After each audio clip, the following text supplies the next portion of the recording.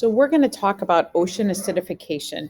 And so in order to talk about ocean acidification, one of the things we're going to look at is the idea of how as the ocean, as the CO2 comes in and becomes more acidic, it is going to have an impact on the shells of organisms. So shells are made up of calcium carbonate. Basically, that Ca breaks into the Ca2 plus and CO3 2 minus ions. So this calcium carbonate, I should say, breaks into the Ca plus and the CO3 2 minus.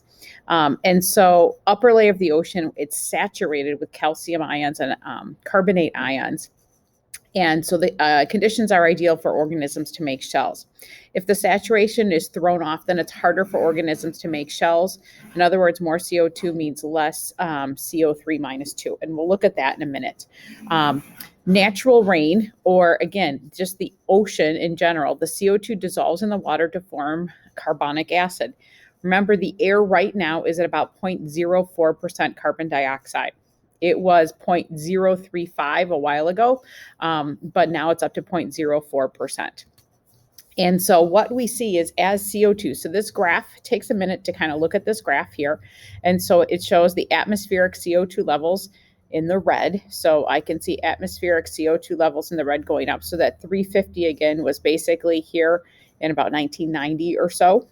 And so now we're up over 400. So I can see there's been definitely, based on this data, an increase. And so CO2 levels are going up. And again, this red and Mauna Loa CO2, I'm going to read this axis. So CO2 levels in the atmosphere seem to be going up. This then says seawater CO2 levels. So basically the CO2 levels here, again, they're going to measure like a partial pressure here for that, and that is in the green. So I'm looking at the graph and looking at the green here, and I'm seeing as the atmospheric levels of CO2 go up, the CO2 that dissolves in the water goes up. And that kind of makes sense. If there's more in the atmosphere, more is going to dissolve in the ocean. And then I want to see what is this doing to pH. So I'm going to look here, the pH, okay, is in the blue, and the pH, as this trends up, it seems like this is trending down, and pH, I'm going to actually look here on this other axes to see the pH scale and how it's going down. So this kind of gives me an idea of what is happening in the ocean over time as CO2 levels in the atmosphere go up, CO2 levels dissolving in the ocean go up, and the pH seems to be going down.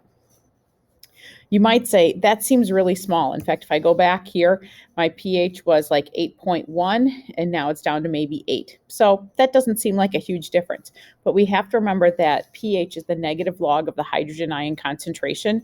And so a pH of 8 is about this. pH of 8.1 is this here. The difference between those two numbers it seems very small, but again, I'm just doing a percent change. So a percent change between these two numbers, so the difference divided by the initial, and the initial is this, was 0.00000000008.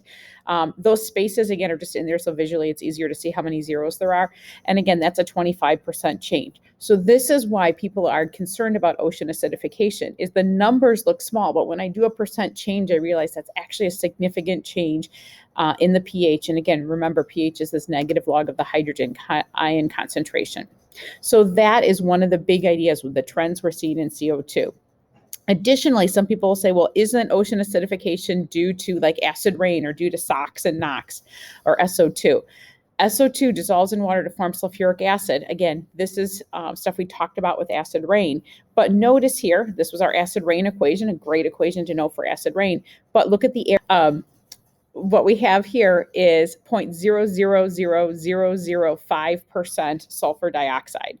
So it's a very small concentration. And acid rain is considered a regional problem. So this is only going to be areas are going to have issues nearby where the sulfur dioxide emissions are. Carbon dioxide is a global fluctuation due to the carbon cycle, carbon dioxide due to burning of fossil fuels, and just natural seasonal variations. But again, we're seeing that trend of that CO2 going up. So SO2, again, it's such a small amount globally, and actually we see it nationally going down. We're reducing it by some of the Clean Air Act initiatives. But even if we didn't, it is not going to be, this concentration is so small globally, it's where it just becomes a problem regionally.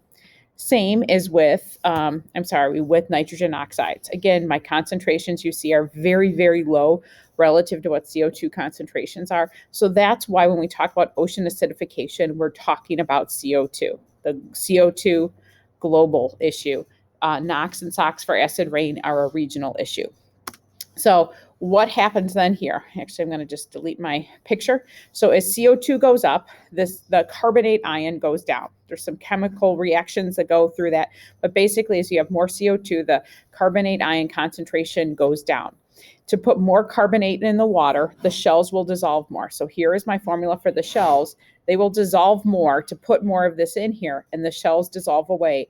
And what you see here is like, here is a shell, and over time, how it's getting much, much thinner. And that's what that is trying to show you in this graphic here. And so this is one of the concerns from ocean acidification, is we're weakening shells. Maybe they're not going to dissolve away completely, but they're going to be weakened some. And as they are weakened, they're going to be less able to survive harsher conditions or things like that. And we're going to lose species, especially our specialists with the narrow range of tolerance. This diagram just talks about here mollusks with shells and ectoderms and corals. We're going to see a much lower survival rates if due to ocean acidification because of, again, the loss of their shells. However, due to the CO2 dissolving in the water, you actually see a growth in different types of algae, okay? And so that leads to the question, again, why would algae grow more? So I have my photosynthesis. Oh, such a great equation to remember. What may benefit from increased CO2 levels in the ocean? And that, as you know, of course, is going to be the plants or the algae, because there's more CO2 for them to come in, to take in, so they could technically do more photosynthesis. So they may actually benefit, which is why we see in this graphic here growth more in some of those algae. So again, there's pros and cons, but a lot of our biodiversity in terms of that need shells and skeletons, like corals, clams, shells, mussels, all of these, we're going to see impacts on them due to ocean acidification. I hope that was helpful.